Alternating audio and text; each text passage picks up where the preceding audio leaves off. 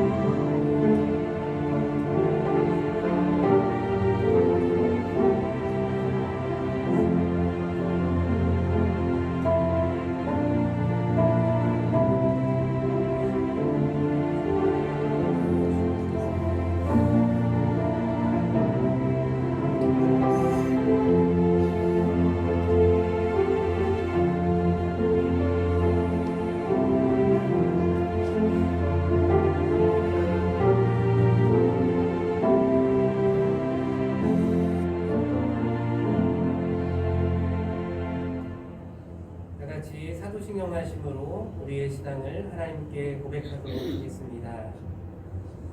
전능하사 천지를 만드신 하나님 아버지를 내가 믿사오며 그 외아들 우리 주 예수 그리스도를 믿사오니 이는 성령으로 잉태하사 동정녀 마리아에게 나시고 본디오 빌라도에게 고난을 받으사 십자가에 못 박혀 죽으시고 장사한 지 사흘 만에 죽은 자 가운데서 다시 살아나시며 하늘에 오르사 전능하신 하나님 우편에 앉아 계시다가 자리로서 산 자와 죽은 자를 심판하러 오시리라.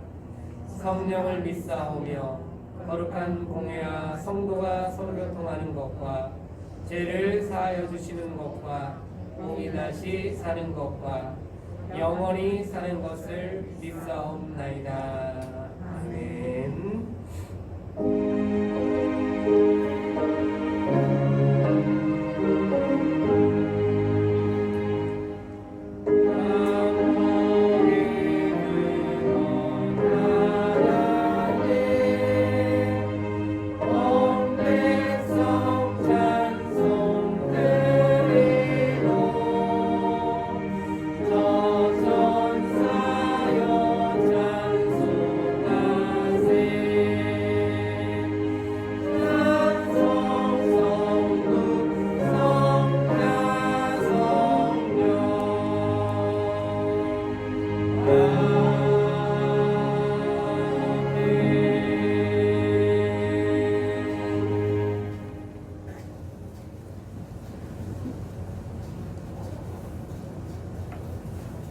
이 시간 오늘 우리가 다 같이 보실 하나님의 말씀은 요한복음 20장 1절에서 10절 말씀입니다.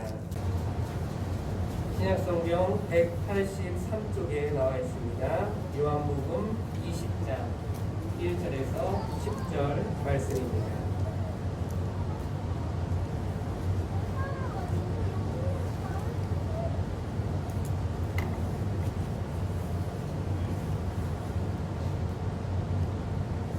찾으신 줄로 알고 제가 봉독하도록 하겠습니다. 안식 후 첫날 이른 아침 아직 어두울 때에 막달라 마리아가 무덤에 와서 돌이 무덤에서 옮겨간 것을 보고 시몬 베드로와 예수의 사랑하시던 그 다른 제자에게 달려가서 말하되 사람이 주를 무덤에서 가져다가 어디 두었는지 우리가 알지 못하겠다 하니 베드로와 그 다른 제자가 나가서 무덤으로 갈새 둘이 같이 다름질하더니 그 다른 제자가 베드로보다 더 빨리 달아나서 먼저 무덤에 이르러 부풀여 세마포 놓은 것을 보았으나 들어가지는 아니하였더니 시몬 베드로도 따라와서 무덤에 들어가 보니 세마포가 놓였고 또 머리를 쌌던 수건은 세마포와 함께 놓이지 않고 딴 곳에 개켜 있더라. 그때야 무덤에 먼저 왔던 그 다른 제자도 들어가 보고 믿더라. 저희는 성경에 그가 죽은 자 가운데서 다시 살아나야 하리라 하신 말씀을 아직 알지 못하더라. 이에 두 제자가 자기 집으로 돌아가니라. 아멘.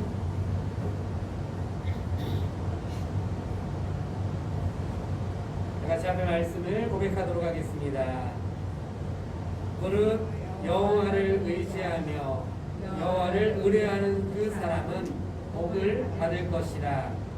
그는 물가에 심기운 나무가 그 뿌리를 강변에 뻗치고 더위가 올지라도 두려워 아니하며 그 잎이 청청하며 가무는 해에도 걱정이 없고 결실이 그치지 아니함 같으리라. 아멘. 이렇게 오늘 이 시간도 하나님께 예배로 나가는 옆사람과 함께 잠시 눈으로 인사하도록 하겠습니다. 예수님의 이름으로 당신을 사랑하고 축복합니다.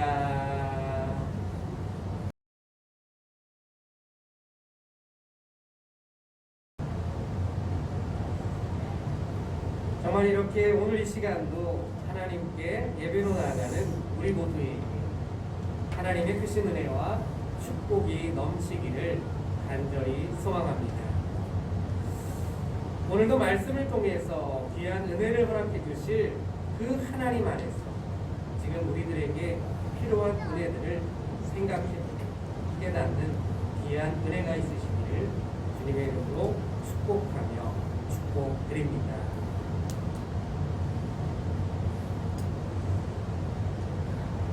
여러분, 모든 사람에게 있어서 삶 가운데 주어지는 많은 문제들이 있지만 그 중 가장 중대하고 심각한 한 가지 문제가 있습니다. 그것은 바로 죽음의 문제입니다. 여러분, 모든 사람은 태어날 때가 있으면 반드시 죽음을 맞이하는 날이 있지 않습니까? 사실 이런 말을 하는 것도 듣는 것도 조금 그럴 수도 있겠지만 모든 사람은 점점 시간이 지나가면 지나갈수록 죽음의 시간이 더 가까워지게 되는 것이 사실입니다. 그런데 사실 우리가 이러한 말에 크게 개의치 않아도 되는 게 정말 감사하게도 우리는 이 죽음의 문제에 대해서 확실한 해답을 얻은 사람들이라 할 수 있기 때문입니다. 여러분, 우리의 하나님은 이 죽음의 문제를 예수님의 부활로 이미 해결해 놓으시지 않으셨습니다. 우리를 위해 고난을 당하시고 십자가에서 돌아가신 예수님은 말씀에 증거된 대로 3일 만에 다시 살아나시고 이 예수님의 부활로 말미암아 우리도 다시 사는 것을 믿을 수 있게 되었습니다. 그래서 우리는 매 주마다 사도신경을 고백할 때 이렇게 고백을 하지 않습니까? 몸이 다시 사는 것과 영원히 사는 것을 믿사옵나이다.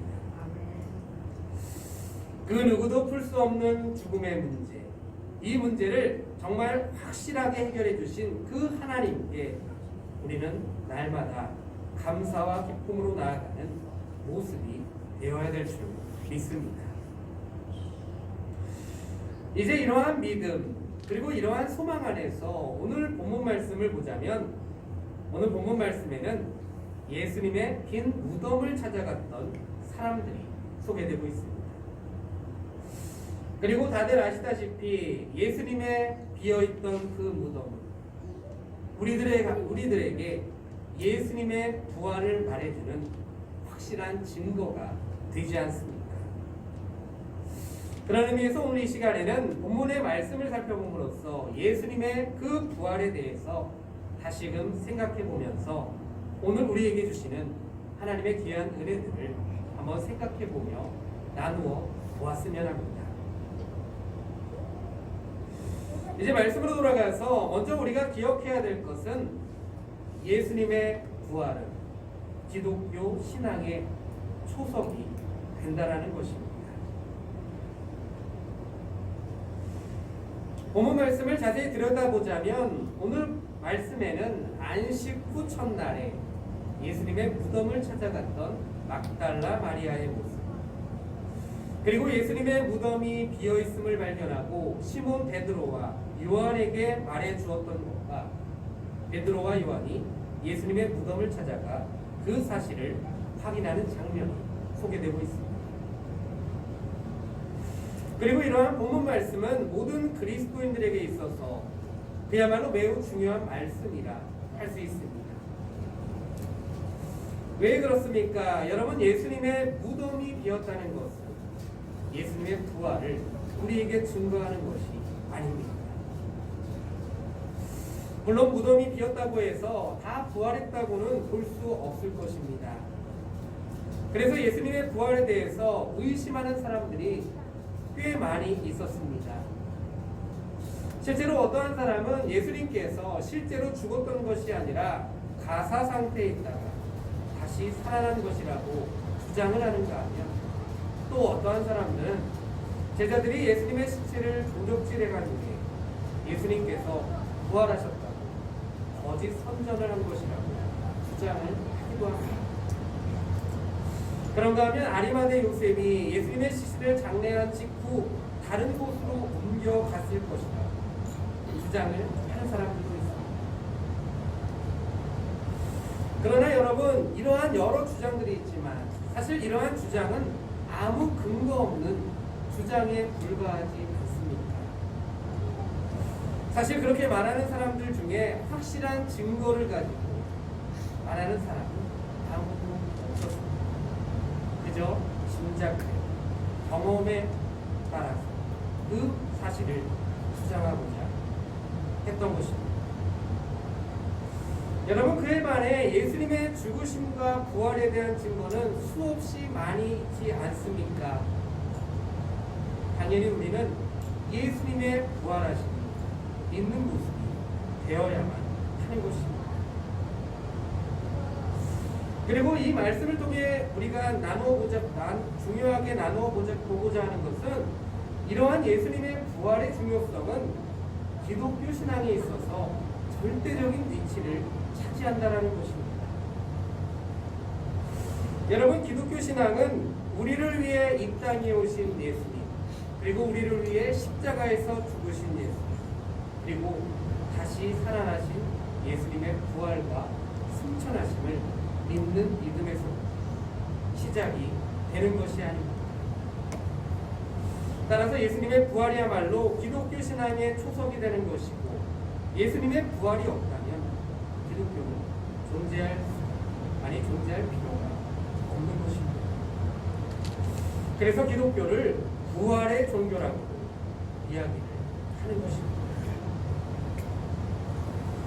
여러분, 그렇습니다. 성경이 말하는 것처럼 주님은 부활이요 생명이 되십니다. 요한복음 11장 25절에서 26절 말씀입니다. 예수께서 가라사대 나는 부활이요 생명이니 나를 믿는 자는 죽어도 살겠고 무릇 살아서 나를 믿는 자는 영원히 죽지 아니하리니 이것을 내가 믿느냐. 예수님은 결코 무덤에 갇혀 계실 수 있는 분이 아니십니다. 여러분, 예수님은 생전에 제자들에게 자신이 고난을 받고 죽으신 후에 제3일 만에 다시 살아나실 것을 거듭 예고하셨습니다. 마태복음 16장 21절 말씀입니다. 이때로부터 예수 그리스도께서 자기가 예루살렘에 올라가 장로들과 대제사장들과 서기관들에게 많은 고난을 받고 죽임을 당하고 제3일에 살아나야 할 것을 제자들에게 이루어서 가르치십니다. 마태복음 17장 22절에서 23절 말씀입니다. 갈릴리에 모일 때에 예수께서 제자들에게 이르시되 인자가 장차 사람들의 손에 넘겨 죽임을 당하고 제3일에 살아나리라 하시니 제자들이 심히 근심하더라. 마태복음 20장 17절에서 19절 말씀입니다. 예수께서 예루살렘으로 올라가려 하실 때에 12 제자를 따로 데리시고 길에서 이르시되 보라 우리가 예루살렘으로 올라가노니 인자가 대제사장들과 서기관들에게 넘기우매 저희가 죽이기로 결단하고 이방인들에게 넘겨주어 그를 능욕하며 채찍질하며 십자가에 못 박게 하리니 제3일에 살아나리라. 마지막으로 26장 1절에서 2절 말씀입니다.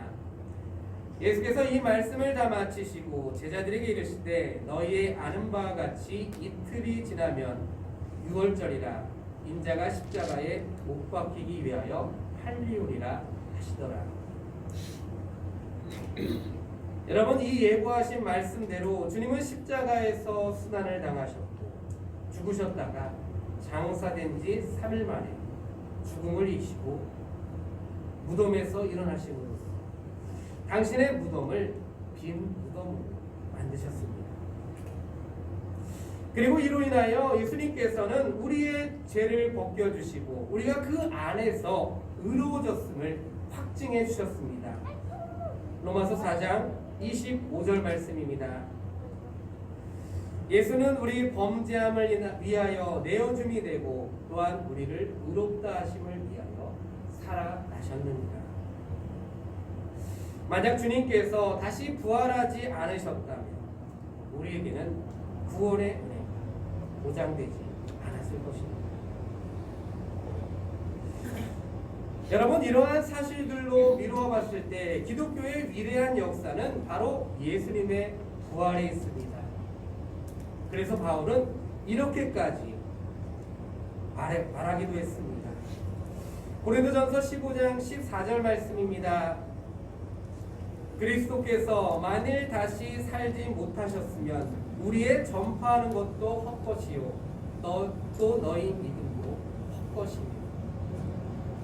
예수님께서 만일 다시 살지 못하셨다면 지금 우리에게 주어진 복음 또한 우리에게 있다는 그 믿음도 다 헛된 것이 될 뿐이라고 아닙니다. 그러나 예수님께서는 다시 부활하심으로써 우리 믿는 모든 자들에게 영원한 소망을 주셨고 또한 기독교 신앙의 후속을 놓으셨습니다. 그러므로 예수님의 부활을 영원한 진리로 영원한 우리의 소망인 줄로 확실히 믿고 나아가는 우리들의 모습이 되어야 될 줄로 믿습니다. 그래서 예수님의 부활 신앙으로 말미암아 날마다 그 예수님의 은혜 안에서 그야말로 감사와 기쁨 그리고 주님을 소망하는 믿음으로 날마다 나아가는 여러분들이 다 될 수 있으시기를 주님의 이름으로 축복드립니다. 그렇다면 이제 한번 우리가 생각해 보아야 할 것은 우리가 부활 신앙을 가지고 또한 주님을 소망하며 나아가는 삶이 되기를 원한다면 과연 우리의 삶 가운데 어떠한 모습으로 나아가야 하는 그러한 모습이 되어야 하는 것입니다. 첫 번째로 오늘 말씀에 보면 우리의 주님을 위한 헌신의 정도가 바로 주님에 대한 사랑을 가늠하는 그 척도가 되는 것. 오늘 말씀을 우리에게 말해주고 있습니다. 본문 말씀 1절을 보도록 하겠습니다. 안식 후 첫날 이른 아침 아직 어두울 때에 막달라 마리아가 무덤에 와서 우리 무덤에 옮겨가는 것을 보고. 이제 이 말씀에 보면 안식 후 첫날 이른 아침에 막달라 마리아가 예수님의 무덤을 찾아낸 사실이 소개되고 있습니다. 그리고 이 요한복음에서는 요한이 마리아에게 초점을 맞추어서 그녀의 이름만을 언급하고 있지만 사실 우리는 그녀 혼자 예수님의 무덤에 간 것이 아님을 알고 있습니다. 마가복음 16장 1절 말씀입니다. 안식일이 지남에 막달라 마리아와 야고보의 어머니 마리아와 또 살로메가 가서 예수께 바르기 위하여 향품을 사다 주었다. 이 말씀에 기록된 것처럼 막달라 마리아가 가던 길에는 야고보의 어머니 마리아와 살로메가 동행을 했었습니다. 그리고 이들이 무덤을 찾은 목적은 예수님의 시신에 향품을 바르기 위해서였습니다. 즉 다시 말하자면 그녀들은 전날이 안식일이었으므로 계명에 따라 그 안식함을 지키고 안식일이 지난 다음 예수님의 시신에 향품을 바를 목적으로 그것도 새벽 미명 예수님의 무덤을 찾아갔던 것입니다. 그리고 여러분 이러한 여인들의 행동은 예수님을 향한 그녀들의 마음이 무엇이었는지를 우리로 하여금 알게 하지 않습니다. 여러분 그것은 바로 사랑이었습니다. 예수님을 참으로 사랑했기에 그녀들은 정성을 다해서 향품을 준비했습니다. 그리고 예수님을 참으로 사랑했기 때문에 아직 해가 뜨기 전인 새벽에 어두운 밤에 무덤을 찾게 되었던 것입니다. 이것은 누가 주님을 얼마나 사랑하는지는 바로 주님을 향한 헌신의 분량이 그것을 증명해 준다는 사실을 우리에게 말하고 있는 것이 아니겠습니까? 여러분 주님께 대한 사랑을 증명하는 데는 무사람의 마음을 감동시키고자 하는 그 어떠한 미사여구도 필요하지 않습니다. 얼마나 주님을 위해 내가 헌신할 수 있는가 하는 것이 유일한 잣대가 된다는 것입니다. 우리는 입술의 신앙 고백이 그 사람에게 있어서 주님과 가지는 관계의 전부일 것이라고 생각을 할 수 있지만 그 고백이 아무리 완벽하고 빈틈이 없을지라도 주님을 위해서 아무것도 하지 않는 사람은 주님을 온전히 사랑하는 것이라 말할 수가 없다는 것입니다. 마치 진정으로 사랑하는 사람을 위해서는 말로만이 아닌 행동과 실천으로 그 사랑을 표현하는 것처럼 말입니다. 그러므로 우리가 주님을 참으로 사랑한다면 막달라 마리아처럼 그분을 위해 헌신적으로 살아가고자 하는 믿음의 결단과 삶의 모습이 있어야 될 줄로 믿습니다. 내가 원하는 일일지라도 예수님을 위해서라면 예수님을 사랑하기 때문에 기꺼이 그 모든 것을 포기할 수 있는 모습, 또는 때론 그분을 위해서라면 세상 사람들이 던지는 무수한 돌팔매도 기꺼이 감수할 준비가 되어 있는 모습, 그리고 하나님을 사랑하며 이웃을 사랑하라는 그 말씀에 따라서 하나님을 사랑하는 것 같이 나의 이웃을 주님이 주신 사랑으로 사랑하며 섬기며 헌신하며 나아가는 그러한 모습이 될 때 우리는 비로소 그분을 사랑한다는 말이 참된 말임을 인정받게 될 것입니다. 예수님께서 말이 아닌 행동으로 우리에 대한 사랑을 직접적으로 증명해 보이셨듯이 우리도 주님께 대한 사랑을 말로만 하는 것이 아니라 이제는 우리의 행동으로 사랑의 실천으로 그것을 증명해 보이는 귀한 모습이 다 되어야 될 줄로 믿습니다. 그런가 하면 두 번째로 예수님의 부활신앙을 가지고 있는 사람은 예수님의 부활을 아는 것이 아니라 믿는 사람이 되어야 된다고 오늘 말씀은 우리에게 말해주고 있습니다. 본문 말씀 2절에서 3절 말씀입니다. 시몬 베드로와 예수의 사랑하시던 그 다른 제자에게 달려가서 말하되 사람이 주를 무덤에서 가져다가 어디에 두었는지 우리가 알지 못하겠다 하니 베드로와 그 다른 제자가 나가서 무덤으로 갈세. 이제 무덤에 갔던 여인들은 무덤에 예수님의 시신이 없음을 보고 당황한 나머지 베드로와 요한을 찾아가게 됩니다. 그리고는 예수님의 시신이 어디 있는지 알지 못하겠다며 하소연을 했고 베드로와 요한은 그 말을 확인하기 위해서 이제 예수님의 무덤으로 가게 됩니다. 그런데 여러분, 이 말씀 가운데 우리가 주목해서 보아야 할 것은 바로 베드로와 요한의 모습입니다. 여러분, 이들은 여인의 말을 듣자마자 어떻게 했다고 합니까? 그 즉시 일어나서 무덤으로 달려갔다고 합니다.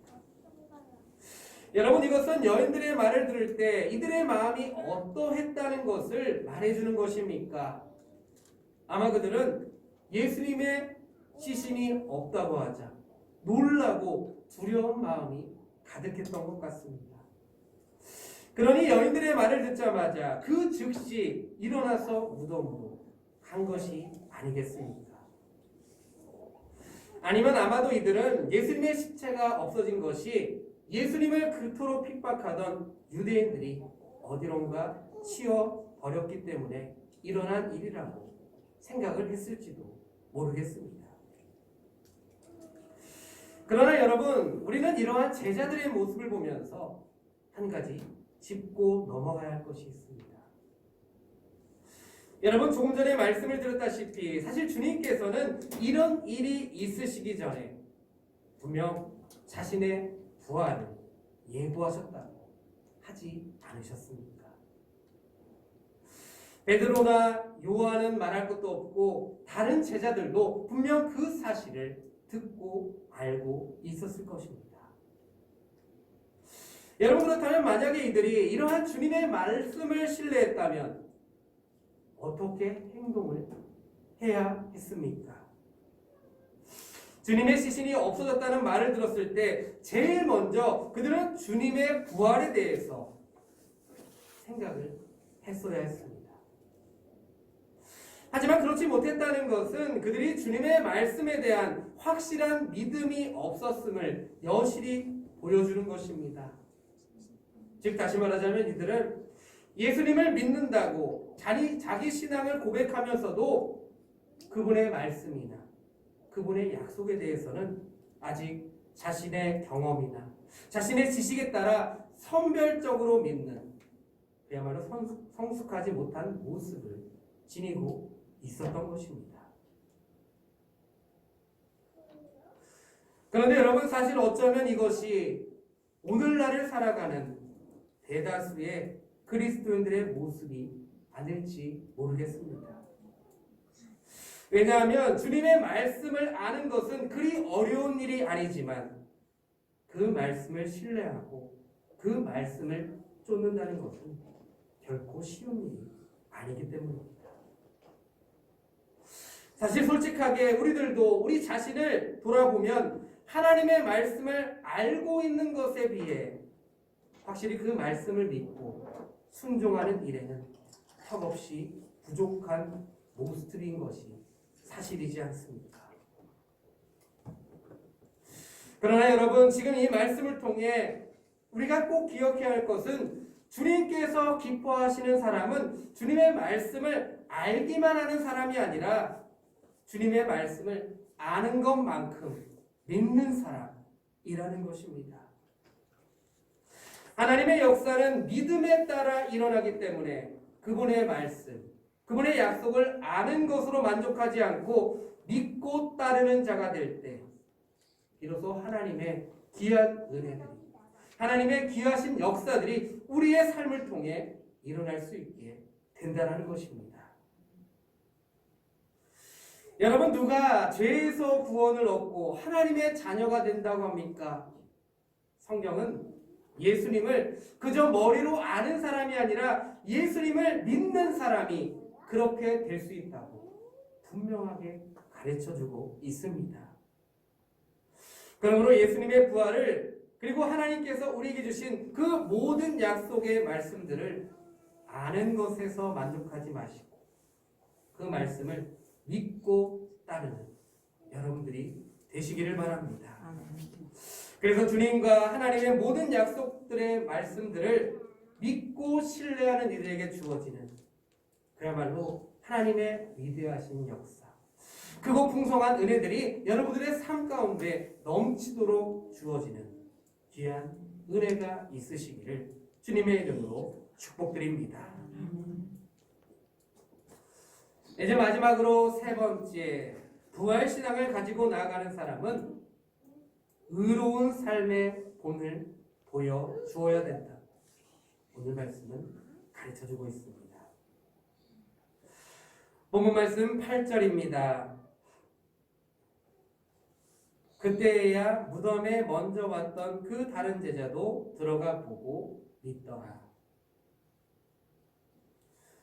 베드로와 요한은 똑같이 다름질해서 예수님의 무덤으로 갔지만 전혀 다른 모습을 보였습니다. 먼저 무덤에 도착했던 요한은 어찌된 일인지 무덤 안을 들여다보기는 했지만 그 무덤 안으로는 들어가지 않았다고 합니다. 그리고 뒤따라오던 베드로가 먼저 무덤에 들어가서 보게 되었고 요한은 그제서야 무덤에 들어가게 되었습니다. 그리고 여기서 우리가 주목해서 보아야 할 것은 바로 베드로의 모습입니다. 여러분, 베드로는 어떻게 했다고 했습니까? 그는 요한보다 나중에 도착을 했지만 먼저 무덤에 들어갔다고 했습니다. 그리고 그러한 베드로의 모습을 보고 요한도 따라서 들어갔다고 합니다. 그런데 여러분, 만일 베드로가 요한처럼 먼저 들어갔다가 나온 후에 요한처럼 밖에 서서 요한으로 하여금 그 안으로 들어가게 종용을 했다면 어떻게 되었겠습니까? 가뜩이나 먼저 도착을 했음에도 불구하고 선뜻 그 무덤 안에 들어가지 못했는데 과연 베드로가 이야기를 한다고 아무런 거리낌 없이 그 무덤 안으로 들어갈 수 있었겠습니까? 그러나 여기서 베드로의 모습을 보면 베드로는 들어가지 못한 요한을 다그치거나 그 어떠한 요구도 하지 않았다는 것입니다. 그리고 그보다 그냥 먼저 본인이 무덤에 들어감으로써 다르게 말하자면 먼저 본을 보여주었고 그로 말미암아 요한도 들어갈 수 있는 용기를 얻게 했다는 것입니다. 그리고 이러한 베드로의 모습은 본이 되는 행동이나 어떠한 모범이 되는 생활이 그리스도인들에게 있어서 얼마나 중요한 것인지를 가르쳐주고 있는 것입니다. 여러분, 생각보다 많은 사람들이 무엇이 옳고 또 무엇이 그른지를 알면서도 설득 결단하지 못하고 머뭇거리는 모습을 보이다가 누군가가 앞장서서 모범을 보이면 곧 따르게 되는 경우가 있습니다.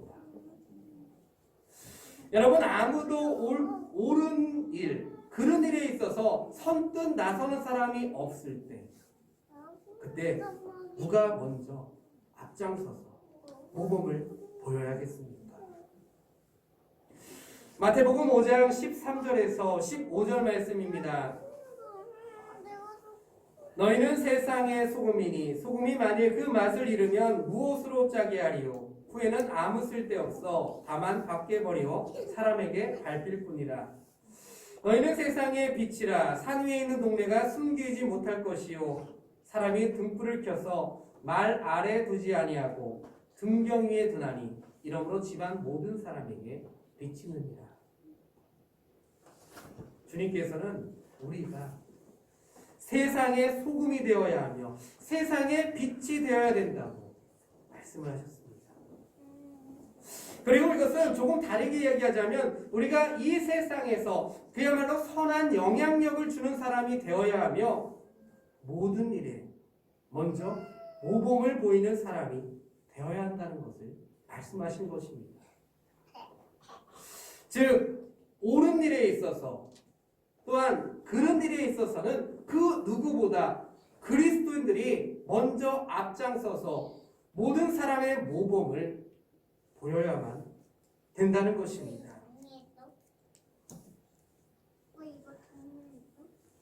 여러분, 그런 의미에서 본다면 이 시대에 우리가 해야 할 것은 무엇이겠습니까? 사실 교회들이 해야 할 많은 일들이 있지만 그 가운데 그야말로 우리가 해야 될 것은 이 어려운 시기에 나라에서 우리에게 말하는 것들을 우리가 때론 지켜주고 그것을 잘 들어주는 그러한 모습이 되어야 되지 않겠습니까?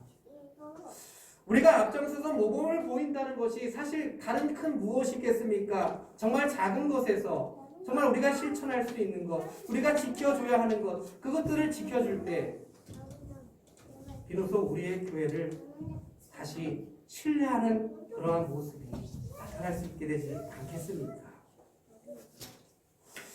여러분, 사람이 등불을 켜는 것은 말 아래 두기 위함이 아니라 등경 위에 두어서 그 방을 환하게 밝히려는 것처럼 하나님께서 우리를 택하시고 우리를 이 세상에 두신 것은 다 그만한 목적이 있기 때문입니다. 이 세상에 문제가 많아지면 많아질수록 우리의 교회 안에 문제가 많아지면 많아질수록 먼저 주님을 믿는 사람들이 먼저 주님의 은혜를 경험한 사람들이 더 먼저 믿음이 어린 사람들이 용기 내어 행동할 수 있도록 모범을 보여야 되고 세상 앞에서 더 먼저 의로운 삶의 본을 보여줄 수 있어야 된다는 것입니다. 물론 이 일이 결코 쉬운 일은 아닐 것입니다. 하지만 우리는 그 일을 위해서 즉 이 세상의 빛과 소금의 역할을 감당하기 위해서 이렇게 세워진 사람들이기 때문에 그 일을 나의 사명으로 여기며 그 일에 최선을 다하고자 할 때 우리의 가정을, 또한 우리의 교회를, 그리고 더 나아가서는 우리의 사회를 더욱 아름답게 만들어갈 수 있을 것입니다. 그러므로 항상 주어지는 모든 일들에 있어서 다른 사람들보다 먼저 모범을 보이는 행동, 그리고 세상으로 하여금 의로운 삶의 본을 보이는 여러분들이 되실 수 있으시기를 바랍니다. 그래서 여러분들의 신앙생활을 하는 그 모습을 통해, 여러분들이 믿음을 드러내는 그 모든 행동들을 통해 여러분들의 가정을, 또한 우리의 교회를, 더 나아가서는 우리의 사회를 정말 우리의 교회가 건강하고 아름답게 세워가는 놀라운 일들이 나타날 수 있기를 주님의 이름으로 축복드립니다. 말씀을 정리해 보도록 하겠습니다. 사랑하는 성도 여러분, 예수님의 빈 무덤은 예수님의 부활을 잘 말해주는 증거가 됩니다. 또한 그 외에도 예수님의 부활은 많은 증거들이 있고, 무엇보다 우리는 예수님의 부활을 믿음으로써 죽음의 문제를 해결할 수도 있고 구원의 은혜를 누릴 수도 있습니다. 따라서 우리는 기독교의 신앙의 초석이 되는 예수님의 부활을 온전히 믿으며 신뢰하는 그러한 믿음이 있어야 될 줄로 믿습니다. 그런 의미에서 오늘 말씀은 우리에게 가르쳐 주기를, 부활 신앙을 가진 사람은 주님에 대한 사랑을 이제는 행동으로 증명해 보이며 하나님의 말씀을 아는 것에 만족하지 말고 진실로 믿고 따르는 사람이 되어야 된다고 우리에게 말해주고 있습니다. 그리고 그 모든 모습들을 통해 모든 일에 있어서 모범을 보이며 그야말로 의로운 삶의 본을 보여주는 그리스도인들이 되어야 된다고 가르쳐 주고 있습니다. 그러므로 이 말씀을 다시금 꼭 마음에 품고 기억하셔서 부활하신 예수님을 믿으며 또한 그 부활하신 예수님을 소망하며 나아가는 여러분들이 되시기를 바랍니다. 그래서 부활신앙을 가지고 나아가는 삶의 모습을 통해 날마다 주님의 구원의 은혜 안에 거하며 감사와 기쁨으로 모든 사람들에게 주님의 그 복음을 드러내며 살아가는 귀한 삶의 모습들이 다 될 수 있으시기를 주님의 이름으로 간절히 축원합니다. 다 같이 오늘 말씀을 생각하시면서 잠시 묵상으로 기도하기를 원합니다. 우리에게 부활하신 예수님을 그저 말로만 믿는 것이 아니라 정말 진실로 믿는 믿음을 허락하여 주시고, 또한 그 부활하신 예수님 말을 날마다 소망하는 마음으로 나아가게 하셔서 주님으로 인해서 감사와 기쁨이 넘치며 모든 사람들에게 주님의 그 복음을 드러내며 살아가는 삶의 모습이 되게 하시기를 다 같이 기도하도록 하겠습니다.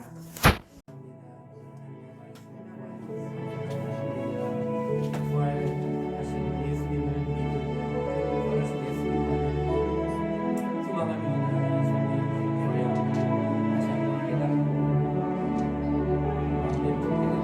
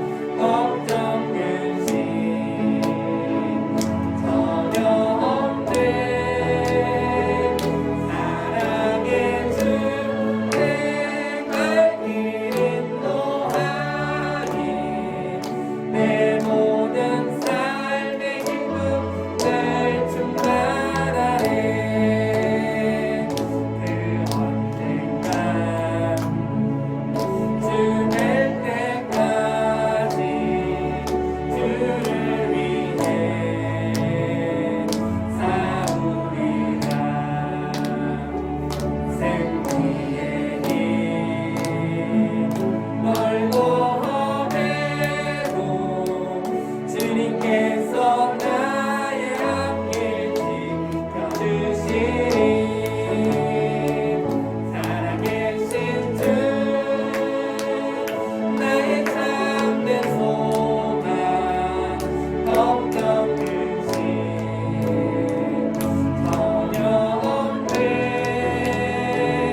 사랑의 주 내 갈 길 인도하니 내 모든 삶의 기쁨 늘 충만하네 살아계신 주 나의 참된 소망 걱정 근심 전혀 없네 사랑의 주 내 갈 길 인도하니 내 모든 삶의 기쁨 늘 충만하네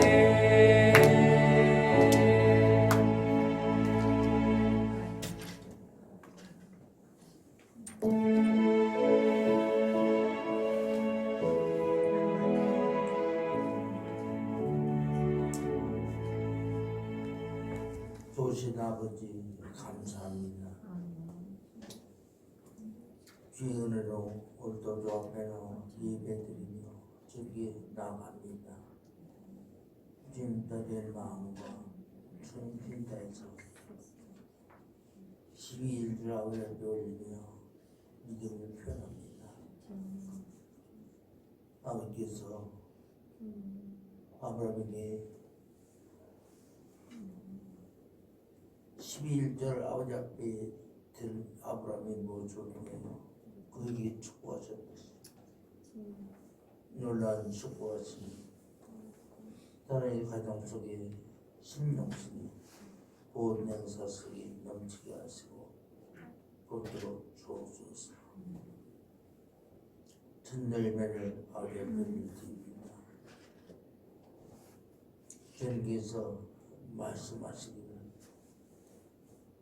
너의 예물과 그 첫 열매를 모든 성물을 요구하신다고 생각하니 그 예물을 아버지께 올리며 믿음을 표현하는 것들의 손길 속에 하나님의 놀라운 은혜와 보루 충만케 하시고 넘치게 주옵소서. 성경 예물을 아버지께 올려드립니다. 우리가 땅끝까지여서 나의 지켜내신 주의 말씀들아 땅끝까지여서 복을 주고 분투한 마음 가지고 귀한 예물을 준비해서 아버지께 올려드리니 준 받으시고 놀라운 은혜와 보루 충만케 하셔서 아버지들이 물질이 지어진 곳에 주갈 영혼이 천국으로 가는 귀한 놀란 역사 있도록 도와주옵소서. 범사에 감사하라.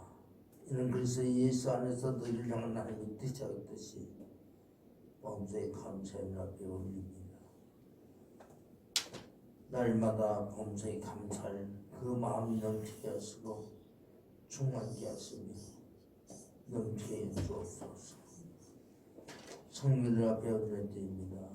아버지 앞에 예수님은 나의 가장의 주인이시고 내 주인이신 것입니다. 주님을 공개하는 마음 가지고 성민 앞에 올려드리는 손길을 기억하셔서 들의 손길을 축복하여 주옵소서. 예수 이름으로 축복한 일들은 없나이다. 아멘.